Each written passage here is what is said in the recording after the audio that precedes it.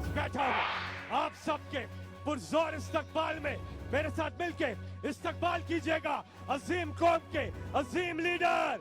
पाकिस्तान की आन है आप, पाकिस्तान की शान है आप, पाकिस्तान की जान है आप, पूरी दुनिया में पाकिस्तान की पहचान है आप, पाकिस्तान के कप्तान है आप, इमरान खान है आप।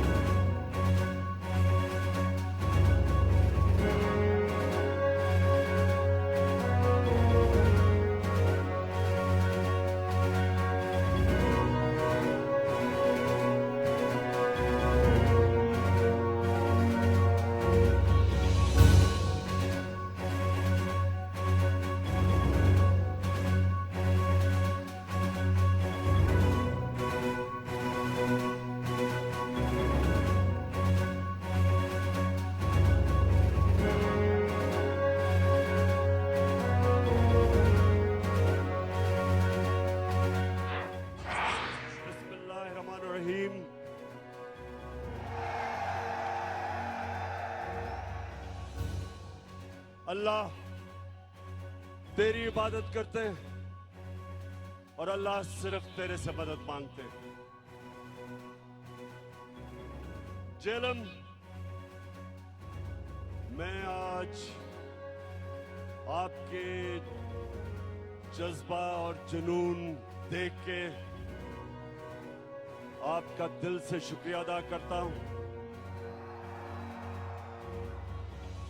खास तौर पे जिस तरह आज हमारी ख्वातीन निकली हैं, मैं आपको सलाम पेश करता हूं।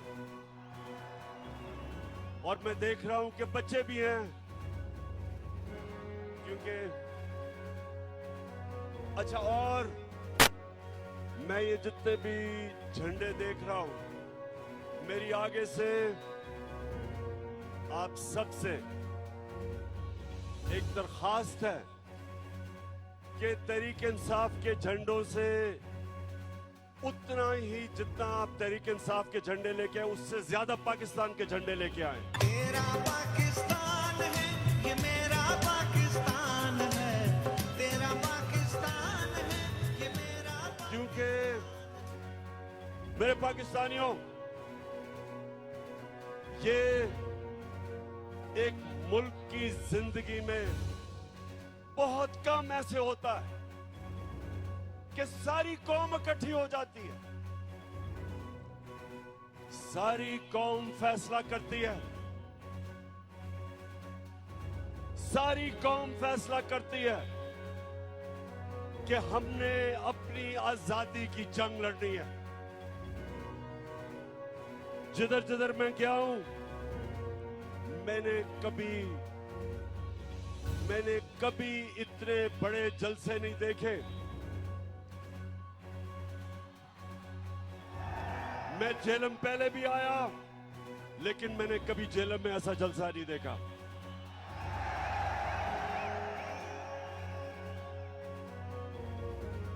और जेलम उसकी वजह कि अल्लाह ने हमारे पे खास करम किया है। नौजवानों, गौर से सुनो, कुरान में अल्लाह कहता है कि एक प्लान इंसान बनाता है और दूसरा अल्लाह बनाता है।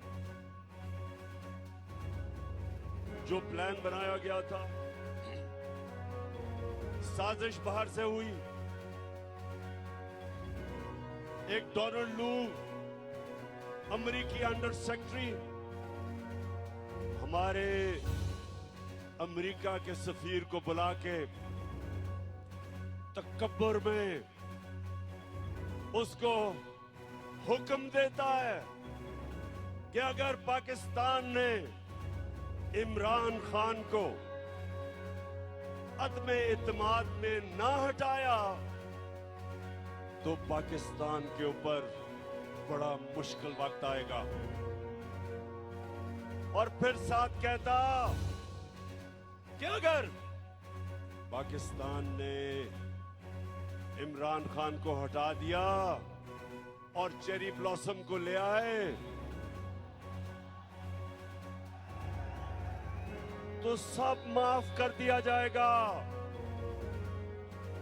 और फिर सारी साजिश होती है, यहां के मीर जाफर और मीर सादिक उसमें शिरकत करते हैं। 22 करोड़ की 22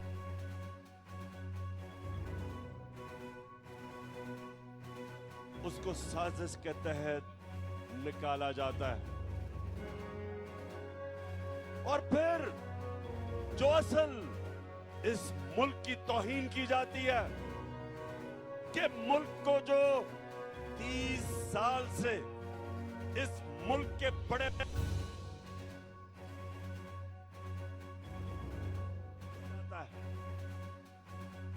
और इसमें अल्लाह एक करम करता है हमारे पे कि हमारी कौम की गैरत जगा देता है, हमें बेदार कर देता है। उस कौम की जो कौम ला इलाहा इल्लल्लाह के नारे पे खड़ी हुई थी, बनी थी, उस कौम की खुददारी जगा देता है। मेरे पाकिस्तानियों, जितना भी हम अल्लाह का शुक्र अदा करें वो कम है, क्योंकि हमारी खुददारी को इस मुल्क के करप्ट और गद्दार लीडरों ने खत्म कर दिया था। बाहर की कुव्वतों के सामने घुटने टेके, बाहर से डिक्टेशन लिए, खुद तो उनमें गैरत नहीं थी, कौम की गैरत को भी नुकसान पहुंचाया। तो अल्लाह तेरा शुक्र अदा करता हूं आज मैं कि तूने मेरी कौम को जगा दिया है।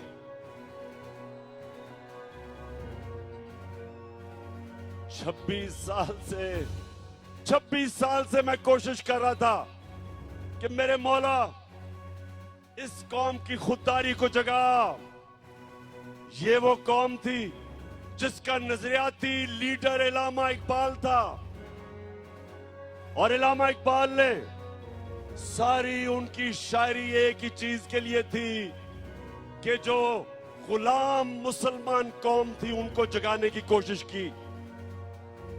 और हमारे नजरियाती लीडर इलामा इकबाल ने कहा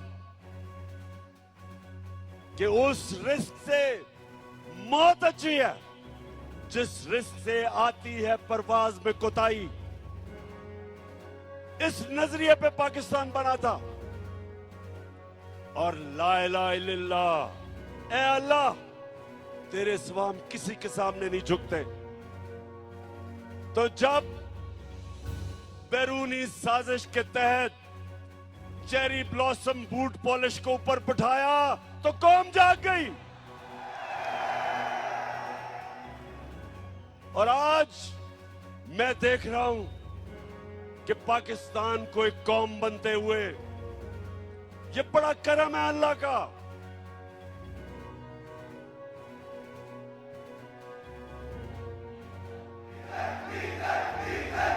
अच्छा, मैं जरा भी पहले बाकी बातों से पहले जरा डीजल पे आ जाऊं।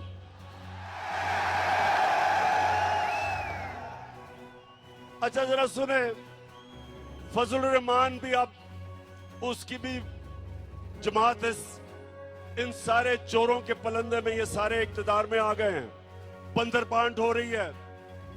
अब ये मैंने सोचा कि फजल रहमान तो बड़ा दीनी आदमी है, तो वो आके कोई तालीम की, एजुकेशन की मिनिस्ट्री संभालेगा। उसने एजुकेशन की मिनिस्ट्री नहीं संभाली, उसने कम्युनिकेशन की मिनिस्ट्री संभाली है, जिसके अंदर एनएच है, जिसमें सड़कें बनेगी और जिसमें पैसा बनेगा।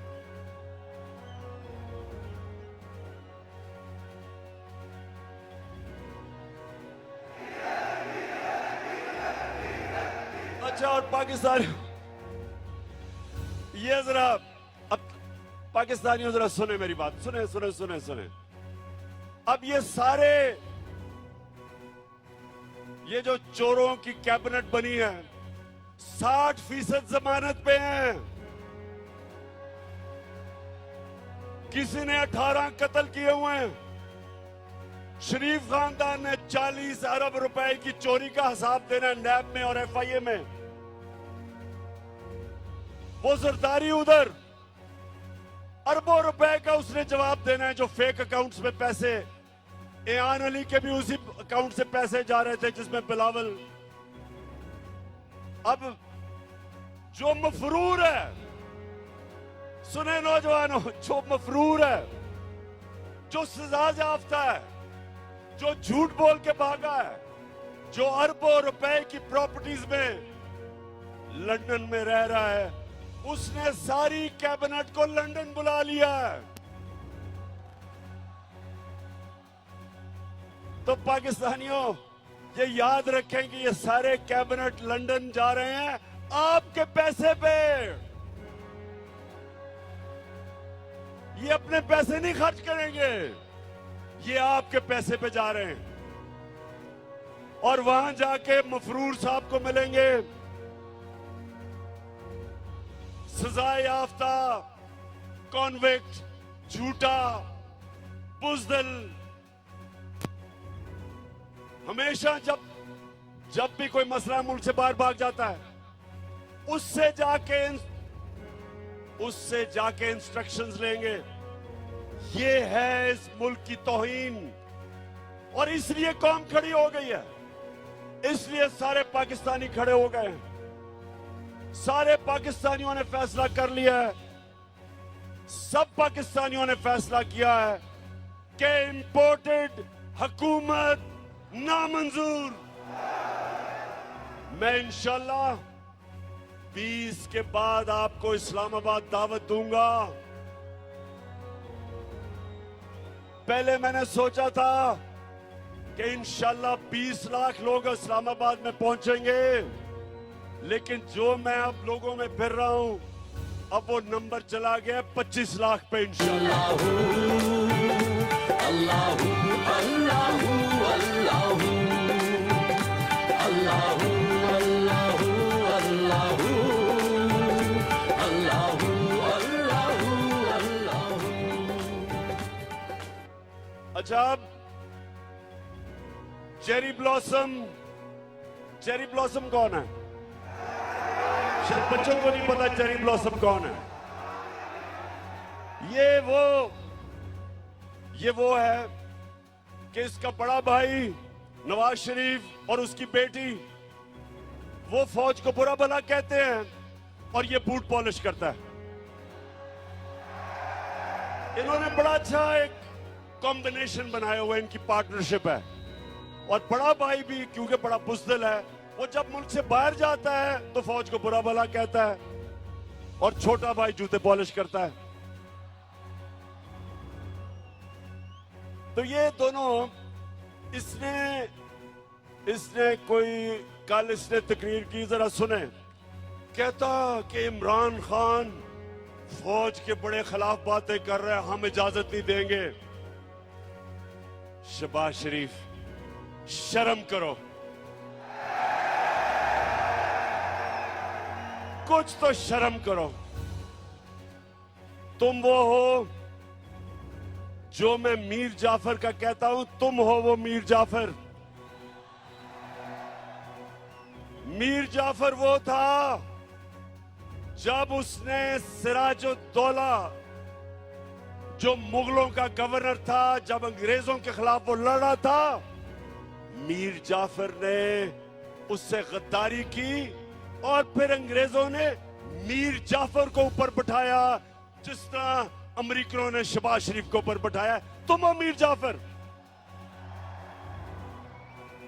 और तुम्हारे इर्द गिर्द वो जो आसिफ जरदारी है, आसिफ जरदारी, तुम्हारा तो मैं ये कहूंगा कि जब गीदड़ की मौत आती है तो शहर की तरफ भागता है।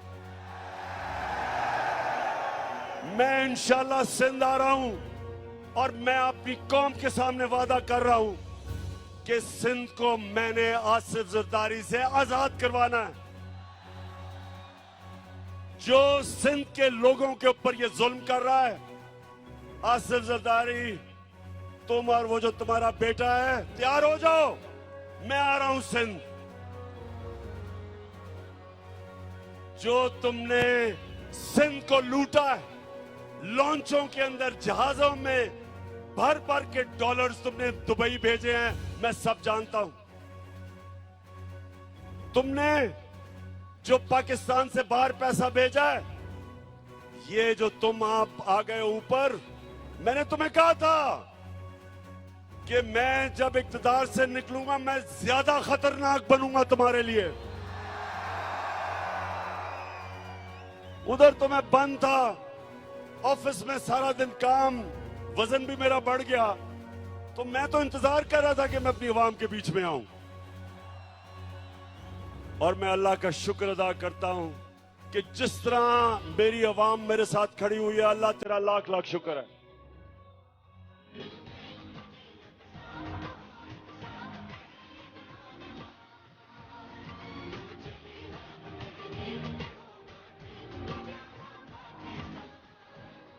आपको पता है पाकिस्तानियों, हिंदुस्तान ने क्या किया, जरा ये सुने गौर से। उन्होंने पाकिस्तान के खिलाफ प्रोपेगेंडा किया। उन्होंने 600 जाली उन्होंने मीडिया हाउसेस दुनिया में बनाए और पाकिस्तान के खिलाफ प्रोपेगेंडा किया। इसको EU डिसइंफॉर्मेशन लैब कहते हैं। और आपको पता है कि उन्होंने किसको बाहर से प्रोपेगेंडा में किसको निशाना बनाया? एक थी पाकिस्तान की फौज और दूसरा था इमरान खान। हिंदुस्तान ने क्यों पाकिस्तानी फौज और इमरान खान को निशाना बनाया? क्योंकि दो नौजवानों, गौर से सुन लो, आज पाकिस्तान को जो इकट्ठा रखेंगे, जो दुश्मनों की पूरी कोशिश है कि इस मुल्क के 3 टुकड़े किए जाएं, जो बलूचिस्तान में वो दहशतगर्दी करवा रहे हैं, उनका सिर्फ एक मकसद है कि पाकिस्तान को तोड़ा जाए।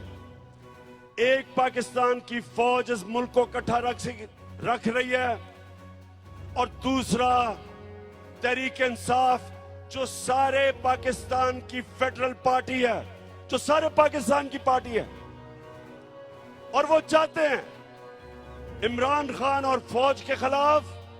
इसलिए वो कैंपेन करते हैं कि उनको पता है कि इन दो के होते हुए पाकिस्तान नहीं टूटेगा।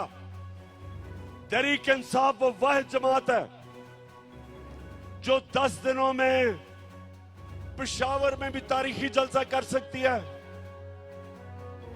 मज़ार कायद कराची में भी तारीखी जलसा कर सकती है और मीनार पाकिस्तान को भी भर सकती है 10 दिनों के अंदर। और आज झेलम में भी तारीखी लोग इस तादाद में आए, एबटाबाद में भी आए और मियां वाले में भी आए। वो सिर्फ एक जमात कर सकती है, वो तहरीक इंसाफ है। बाकी ये मिलके भी सारे, ये जो चोरों का पलंदा है, ये मिल भी जाए तो मीनारे पाकिस्तान में पूरा जोर लगा के थोड़ा सा भी जलसी भी नहीं कर सके। तो जब शहबाज शरीफ तुम ये कहते हो कि इमरान खान ने फौज की तनकीद की, शर्म करो। इमरान खान का जीना मरना पाकिस्तान में है। मैं तो दुआ कर रहा हूं कि मुझे ECL पे डालो, मैं जाना ही नहीं चाहता पाकिस्तान से बाहर। मेरा 20 साल मैंने बाहर क्रिकेट खेली, प्रोफेशनल क्रिकेट खेली, पैसा बनाया, लंदन में फ्लैट खरीदा, सब कुछ बेच के मेरा सब कुछ मेरे मुल्क में है, जीना मरना मेरे मुल्क में है। और ये जरा सुने, ये शरीफ करप्ट खानदान, पहले नवाज शरीफ उसको जब जनरल मुशर्रफ ने मुल्क से बाहर जैसे उसने सऊदी अरेबिया भेजा, लेटर साइन, मुआहदा साइन करके सऊदी अरेबिया गया, झूठ बोलता रहा मैंने नहीं कोई साइन किया। फिर उधर से लंदन पहुंच गया, 8 साल मुल्क से बाहर। जरदारी जेल से निकला, वो सीधा लंदन और अमेरिका पहुंच गया। और अब वापस आए, दोनों ने एनआरओ लेके वापस आए, दोनों ने लूटना शुरू किया। अब ये सुने, मैंने अभी तक 3.5 साल में एक निजी दौरा नहीं किया, मैं सारा वक्त पाकिस्तान में था। नवाज शरीफ ने 24 निजी दौरे किए लंदन के, जरदारी ने 50 निजी दौरे किए दुबई के। यानी ये सारा वक्त हुकूमत तो पाकिस्तान की करना चाहते हैं। पैसे बाहर हैं, बच्चे बाहर हैं, ईदें बाहर हैं, इलाज बाहर है, बैंक अकाउंट्स बाहर हैं, प्रॉपर्टीज बाहर हैं। और तुम शहबाज शरीफ कह रहे हो कि इमरान खान फौज के खिलाफ बात कर रहा है। तुम्हारा जो नवाज शरीफ था, हिंदुस्तान में जाके पहले तो मिला, जब नरेंद्र मोदी के भागा भागा गया उसके जूते पॉलिश करने, तो कश्मीरी हुर्रियत लीडर्स को ही नहीं मिला।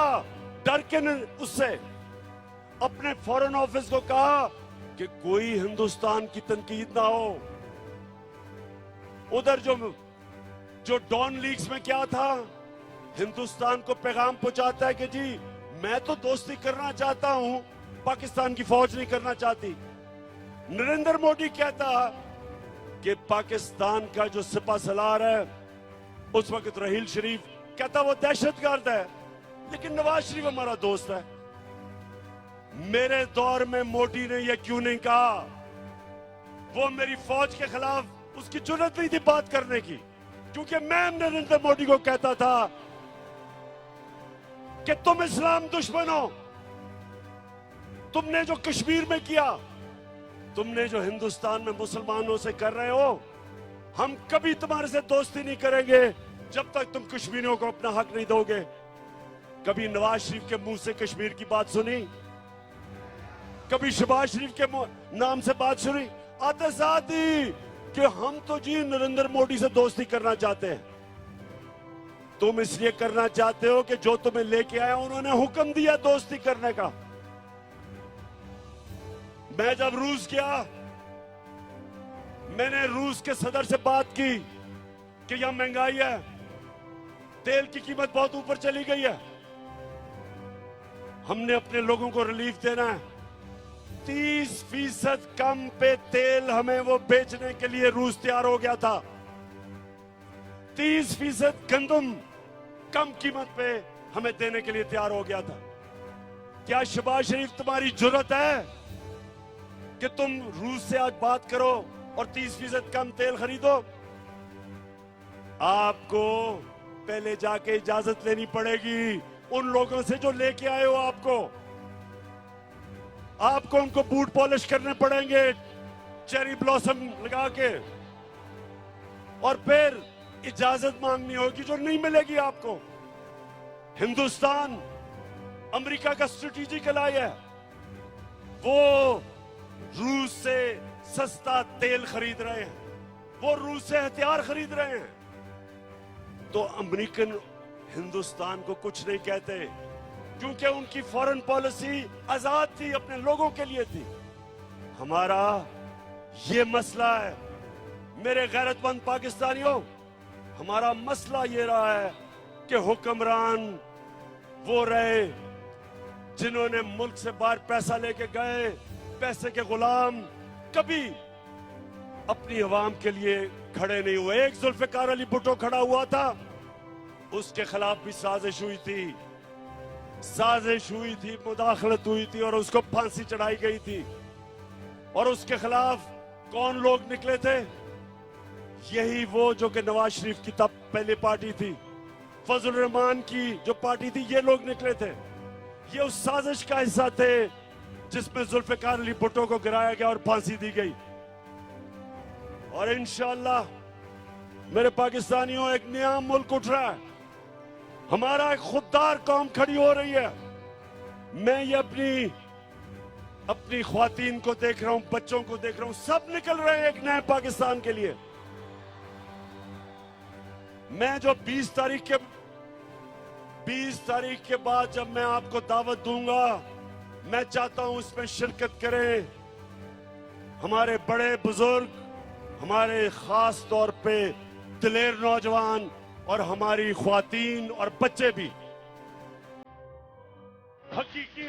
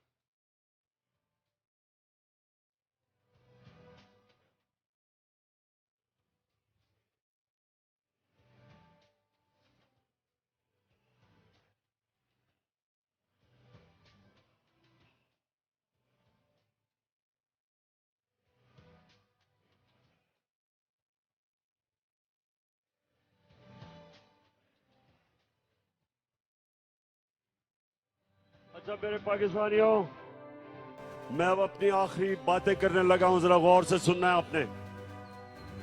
देखें, मेरे 3.5 साल जो हुकूमत में थे, मैं आपको बताऊं मुझे सबसे ज्यादा शर्म कब आई? जब मुझे बाहर जाके दोस्त मुल्कों से पैसे मांगने पड़े, जब कर्जा मांगना पड़ा, मुझे शर्म आई। क्योंकि मैंने आज तक अपने वालिद से भी कभी पैसे नहीं मांगे थे। मैंने जब पैसे मांगे थे शौकत खानम के लिए अपने पाकिस्तानियों से, कभी मैंने गैरों से पैसे नहीं मांगे। शौकत खानम के लिए, नमल यूनिवर्सिटी के लिए, अभी जो जेलम में मैंने अल कादर यूनिवर्सिटी बनाई है, इनके लिए सिर्फ पाकिस्तानियों से पैसे मांगे थे। लेकिन जब, क्योंकि इन्होंने दिवालिया निकाला हुआ था मुल्क का, सबसे बड़ा हमारा बैरूनी खसारा था, मुझे बाहर जाके पैसे मांगने पड़े क्योंकि हमारे पास पैसा ही नहीं था अपने कर्जों की किस्तें अदा करने पे। तो मैं आपको यकीन दिलाता हूं कि इससे शर्मनाक बात नहीं है जब एक मुल्क का सरबराह किसी और मुल्क के सामने जाके कर्जे मांगता है, पैसे मांगता है। आप सब जानते हैं कि अगर आप अपने माँ बाप से भी पैसे मांगते हैं, एक बच्चा नहीं मांगता दूसरा मांगता है, तो माँ बाप भी उस बच्चे की ज्यादा इज्जत करते हैं जो पैसे नहीं मांगता, जो खुददार होता है। माँ बाप भी तो सोचे कि गैरों के सामने हाथ फैलाना। तो ये जब चेरी ब्लॉसम ने कहा कि जी हम तो भिखारी हैं और गुलाम हैं, और एक और इनके रंगबाज सियालकोट से कहता कि जी हम तो लाइफ सपोर्ट मशीन पे हैं, मेरा सवाल है किसने हमें मकरूज किया? 30 साल से ये 2 खानदान इस मुल्क पर हुकूमत कर रहे हैं। 30 साल से, 30 साल में ये अरबोपति बन गए, इनके बार प्रॉपर्टीज, फ्लैट्स, जायदादें, ऑफशोर अकाउंट्स, और मुल्क को मकरूज कर दिया। मैं तो सिर्फ 3.5 साल हुकूमत की है। तो सवाल मैं ये पूछता हूं कि जब कहते हो कि बेकारी हैं तो हमें तो गुलामी करनी पड़ती है, हमें बेकारी बनाया किसने? किसने इस मुल्क से पैसा चोरी करके बाहर लेके गए? वो लोग जो हमारे मेहनतकश पाकिस्तानी 14-14, 18-18 घंटे काम करके इस मुल्क में पैसा भेजते हैं, रेमिटेंसेस भेजते हैं, वो मेहनतकश के खून पसीने पे आज हमारा मुल्क चल रहा है। और ये डाकू यहां से मनी लॉन्ड्रिंग, पैसा चोरी करके मुल्क पैसा बाहर भेजते हैं। तो बेकारी बनाया किसने? आपने। और कौन इससे मुल्क को निकालेगा? मैं आपको आज ये कह रहा हूं कि जिस तरह हम एक कौम बनते जा रहे हैं, एक कौम के लिए कोई चीज नामुमकिन नहीं होती। जब कौम इकट्ठी हो जाती है वो सब कुछ कर सकती है। जब जलजला आया, जब फ्लड आया पाकिस्तान में 2010 में, अरबों अरबों डॉलर्स का नुकसान था। सारी कौम इकट्ठी हुई, बैरून मुल्क पाकिस्तानी सब मिलके सब ने उसका मुकाबला किया और हमने अपने आप को खड़ा कर लिया अपने पैर पे। इसी तरह जिस तरह अब हम कौम बन रहे हैं, मुझे कोई शक नहीं कि पाकिस्तानी जिस तरह जब उनको ये पता चल गया कि उनका टैक्स उनके ऊपर खर्च होगा, ये कैबिनेट जा रही है एक मफरूर से मिलने आपके खर्चे के ऊपर। मैंने कभी अपनी कौम का पैसा फजूल खर्च अपने ऊपर करने दिया, ना इस तरह खर्च करने दिया। और जब कौम को यकीन हो जाएगा हम कौम बन जाएंगे, हम टैक्स भी इकट्ठे करेंगे, हम अपने कर्जे भी दे देंगे, हमारे पास इतना पैसा होगा कि हम अपने बच्चों की तालीम स्कूलों पे, यूनिवर्सिटीज पे हम इस मुल्क को खड़ा करेंगे। और वो तब होगा जिस तरह अब हम कौम बन रहे हैं। और मैं इसलिए आज जेलम आया था अल्लाह का शुक्र अदा करना कि मेरे अल्लाह आपने मेरी कौम को जगा दिया, बेदार कर दिया, शऊर पैदा कर दिया, खुददार बना दिया, कौम की गैरत को जगा दिया। और इंशाअल्लाह 20 के बाद जब मैं आपको कॉल दूंगा, एक हमारी डिमांड होगी, इलेक्शंस करवाओ और इंपोर्टेड हुकूमत नामंजूर। पाकिस्तान